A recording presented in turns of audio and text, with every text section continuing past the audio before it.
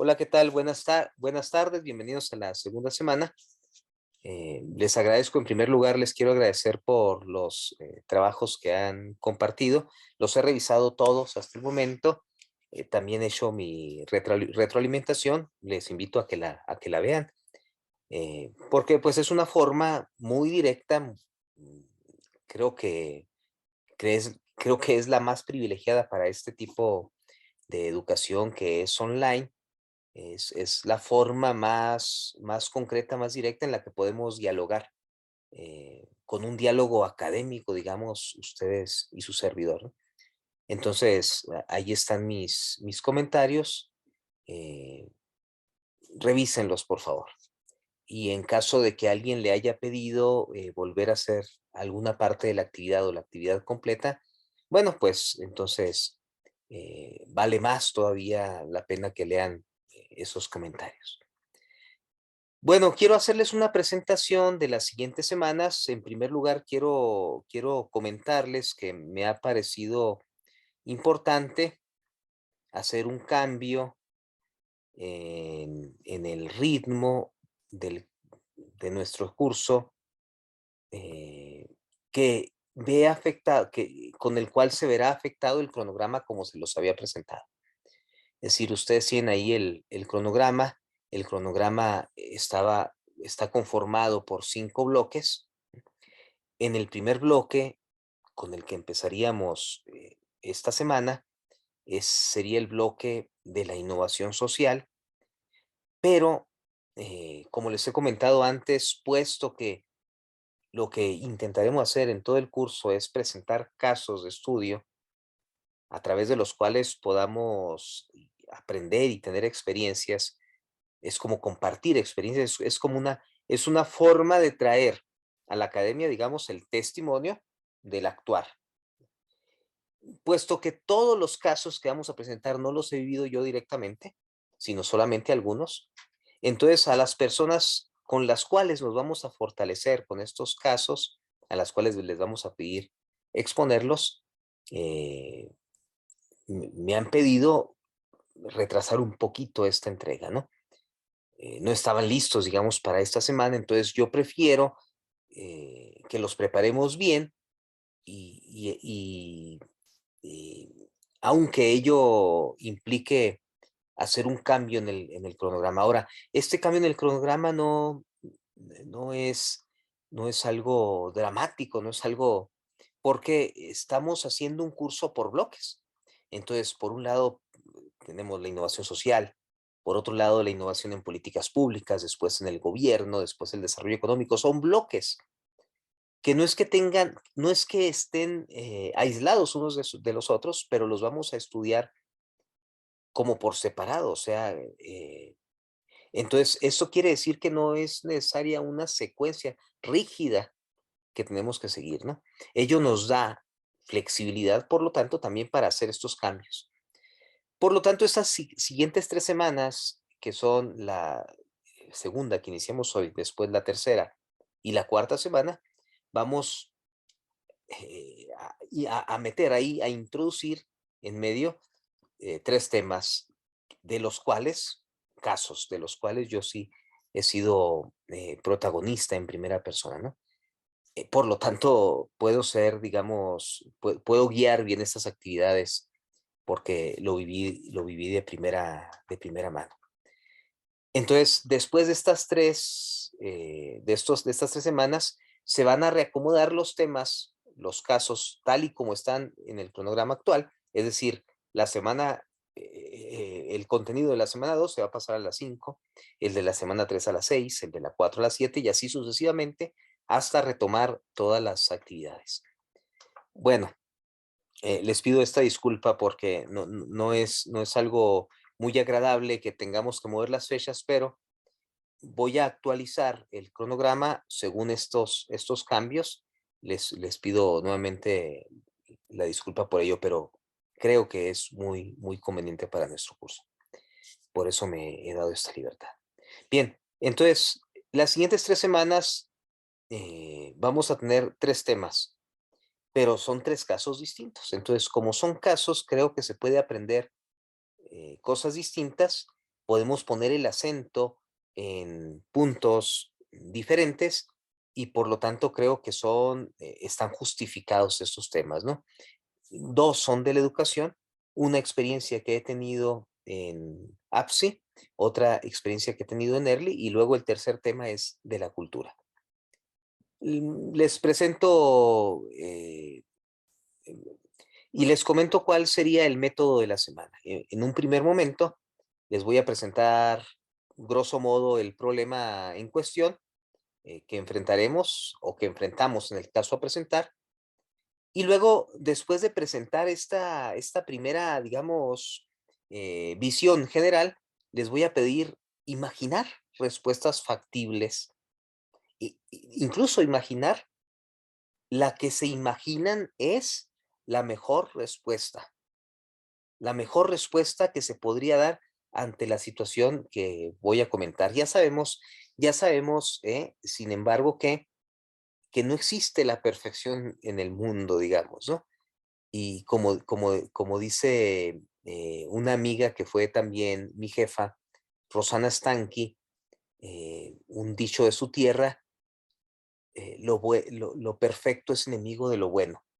Lo perfecto es enemigo de lo bueno. Entonces, a veces, por ferrarnos a lo perfecto, perdemos lo bueno. Aún sabiendo eso, vale muy bien tratar de imaginar las mejores situaciones posibles, las mejores respuestas posibles, aun y cuando sabemos de antemano que la mejor respuesta no necesariamente es como nos la imaginamos, ¿no? Y no será con toda claridad perfecta. Siempre se puede pensar algo mejor, siempre se puede esperar algo mejor. Bien. Y después de esta primera parte de la actividad de pensar, imaginar respuestas factibles, la mejor respuesta, y en segundo lugar, les voy a invitar a hacer también analogía de situaciones con las que nos hemos encontrado de la problemática que presentamos esta semana. Es decir, eh, es como para entender cuál es el punto o los puntos de la situación en, en cuestión. Esta será la primera actividad. La segunda actividad, para la segunda actividad voy a presentarles un fragmento de un material que he escrito a partir de ese caso que les voy a presentar. Es un fragmento de un libro que se publicó a propósito de ello, que se llama La metodología de la pregunta. Allí en ese fragmento se condensa, digamos, el método que surgió a partir de esta experiencia de intervención. Les voy a invitar a pensar, a leer con agudeza ese documento y extraer cuáles son las características que tiene ese método y cuáles de esas características pueden exportarse a otros ámbitos. Estamos ahorita estaríamos en esta semana hablando del ámbito de la educación, pero de ese método específicamente, ¿cuáles, qué parte del método podrían exportarse, llevarse a otros ámbitos de la realidad? ¿A cuáles? Y luego, ¿qué ejemplos se pueden dar de ello? Bueno, entonces empezamos con el momento uno. Les quiero comentar primero entonces que este caso que les comparto surgió en la ONG llamada APSI, APSI México.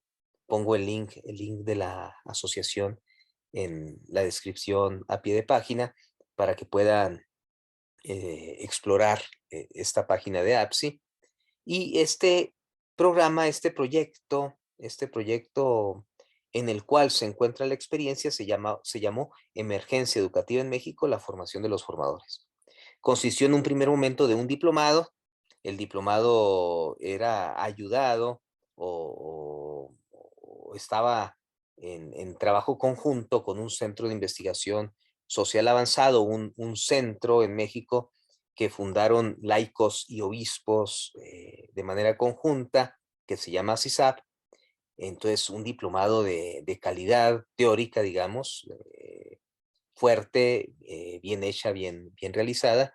Y después el diplomado incluía unas prácticas que cada uno de quienes tomaba el diplomado tenía que realizar. Y las prácticas estaban en dos sentidos. Una era realizar talleres para padres de familia. De educar es un riesgo, que es el método central de todo el diplomado. Y también, aparte de los talleres para padres, cursos para profesores o para educadores en general.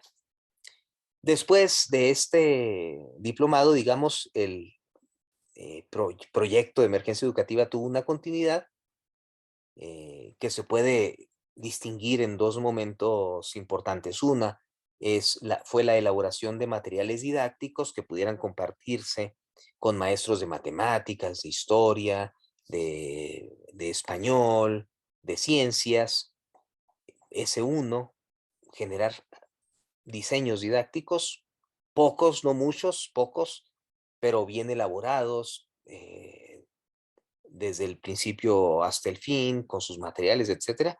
Y por otro lado, que es donde yo tuve la mayor intervención, fue una parte que se llamó El cambio empieza en el aula, que consistió en una serie de talleres que dimos en diferentes partes del país, principalmente en tres lugares, en Ciudad de México, que es la capital, y en Ciudad de Oaxaca, con 4 escuelas, y después 2 tipos de congresos, uno en Campeche, que está al sur de México, y otro en Chihuahua, que está al norte de México. Bien, aquí empieza, digamos, el caso. Bu ¿Qué fue lo que hicimos, no? Entonces, el cambio empieza en el aula, ¿qué fue esto? Bueno, fue una especie de acompañamiento, en forma de taller, para maestros, acompañamiento para maestros de escuelas específicas, concretas. Concretas quiere decir que no fue un curso que se llevó a una escuela, luego a otra y luego se replicó en otra, no. Fueron cursos ad hoc, o sea, exclusivos, pensados de una manera directa para cada una de las escuelas. Ello implicó que hiciéramos un diagnóstico de las escuelas. Ahora, en el diagnóstico, y casi hasta aquí voy a presentar el problema, en el diagnóstico, o para hacer el diagnóstico, ¿qué es lo que hacíamos? A ver, el acompañamiento era con los docentes, con los docentes. Entonces, preguntamos a los docentes: "Maestros, ¿cuál es la dificultad, maestro, maestra? ¿Cuál es la dificultad más importante con la que te enfrentas al ser educador?". Y luego preguntábamos: ¿cuál sería, eh eh, el contenido, de qué materia, con el cual se sentía menos atraído y por lo tanto representaba mayor dificultad? Eh, Preguntas tipo de estas. Y solamente les voy a compartir 3 respuestas. Y con esas 3 respuestas, eh, les voy a invitar a hacer una especie de diagnóstico. Por supuesto que eran muchísimas más respuestas, más preguntas. No es el caso aquí analizarlas todas. Yo les invito a centrarnos en estas 3, en estas 3 tipos de respuestas, para tratar de encontrar un diagnóstico y pensar, imaginar qué se podría hacer con estos maestros, acompañando a estos maestros. Cuando preguntamos por la dificultad, les comento una respuesta. Literalmente respondió un maestro de la Ciudad de México así. Pero aunque fue uno, o sea, aunque es la respuesta precisa de uno, de muchas formas es una respuesta que se repetía en otros maestros. Se veía que muchos otros maestros de alguna forma creían en esta respuesta por los tipos de respuestas que daban. ¿Cuál es la mayor dificultad con la que se topa eh, siendo maestro? El maestro responde: los maestros no tenemos dificultad alguna, son los chicos quienes tienen las dificultades. Primera respuesta. ¿Cuál es la dificultad más importante con la que se topa? Nosotros los maestros no tenemos dificultad alguna. Son los chicos quienes las tienen, quienes tienen dificultad. Primer tipo de respuesta. Eh, otro tipo de respuesta. ¿Cuál es la mayor dificultad? Los formatos de la SEP. La SEP en México significa Secretaría de Educación Pública. Y efectivamente la SEP se ha convertido en una especie de monopolio que pide a todas las escuelas la rendición de cuentas, pero al mismo tiempo al pedir la rendición de cuentas, pues es una forma también efectiva de ejercer el poder. O sí, de ejercer el poder de una manera de monopolio, de manera que hay escuelas, por ejemplo, que tienen métodos, eh, eh, digamos, particulares, ¿no? Digamos, Montessori, la escuela nueva, la escuela crítica, etcétera, que tienen que vivir en una especie de simulación para presentar ante la SEP los formatos que la SEP pide, no obstante que en sus escuelas esos formatos no tienen ninguna incidencia porque se vive una vida académica muy distinta. ¿Cuál es la mayor dificultad? Los formatos de la SEP, los directivos, otro tipo de respuesta, los padres de familia, otro tipo de respuesta. Y una respuesta muy común, el currículo escolar.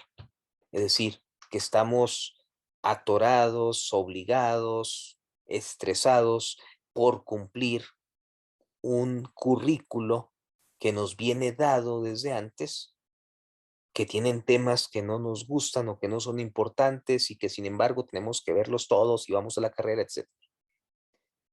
Ese es el segundo tipo de respuesta. Primer tipo de respuesta, entonces, los maestros no tenemos dificultad, la tienen los niños. Segundo tipo de respuesta, los formatos, los directivos, los padres de familia, el sindicato, el currículo. Es decir, el problema está fuera de nosotros, está en otro lugar. ¿Eh? Tercer tipo de respuesta, sobre los materiales.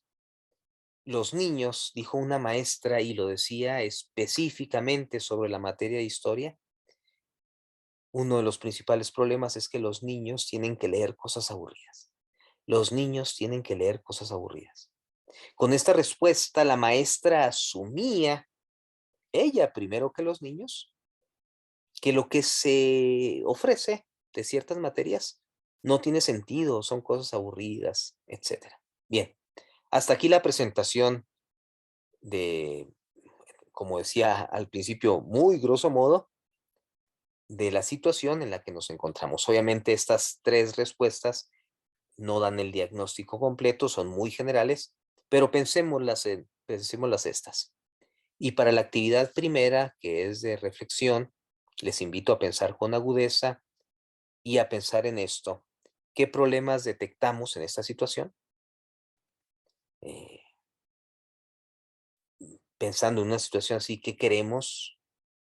¿Qué desearíamos frente a esta situación? Y pensando en estas dos cosas, ¿qué hacer frente a una situación así? De modo que la acción pensada y dirigida tenga más oportunidades de eficiencia. Aquí empieza a encontrar sentido también la actividad de la semana pasada, la primera actividad, la distinción entre el por qué y el para qué. En el para qué, sí pensamos ya en la eficiencia, o sea, sí pensamos, a ver, si lo que a mí me interesa es un para qué, es decir, cambiar un poco la realidad, entonces sí tengo que pensar el método. No basta la caridad, eh, la caridad es completa, es redonda, digamos. No le podemos hacer ya nada más a la caridad, es perfecta. Se va a la eternidad, la caridad es perfecta y se va a la eternidad, se va al infinito. Está directamente relacionada con el corazón de Dios. Y ahí está el porqué, digamos, de la semana pasada. En cristiano como tal, es más importante el por qué que el para qué. Es más importante porque es lo que directamente es cristiano. Ahora, pero no está desligado del para qué.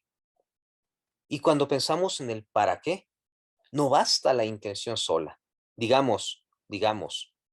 Pongo aquí un alto, o sea, no me malinterpreten. Cuando empezamos a pensar profesionalmente en el para qué, es necesario que empecemos a pensar también en el grado de eficiencia y eficacia. ¿No? Eh, en concreto en una maestría como esta, es lo que pretendemos hacer en estas partes, o sea, pensar en el para qué, para eso los casos de estudio, para ayudarnos a entender, para ayudarnos a aprender cómo puede ser mejor desarrollar ese para qué. Bien, entonces, ¿qué problemas detectamos? ¿Qué queremos? O sea, ¿qué decíamos ante una situación así? ¿Y qué hacer para remediar, para ayudar a una situación así? Bien, esta es la primera parte de la actividad. Los dejo con ello.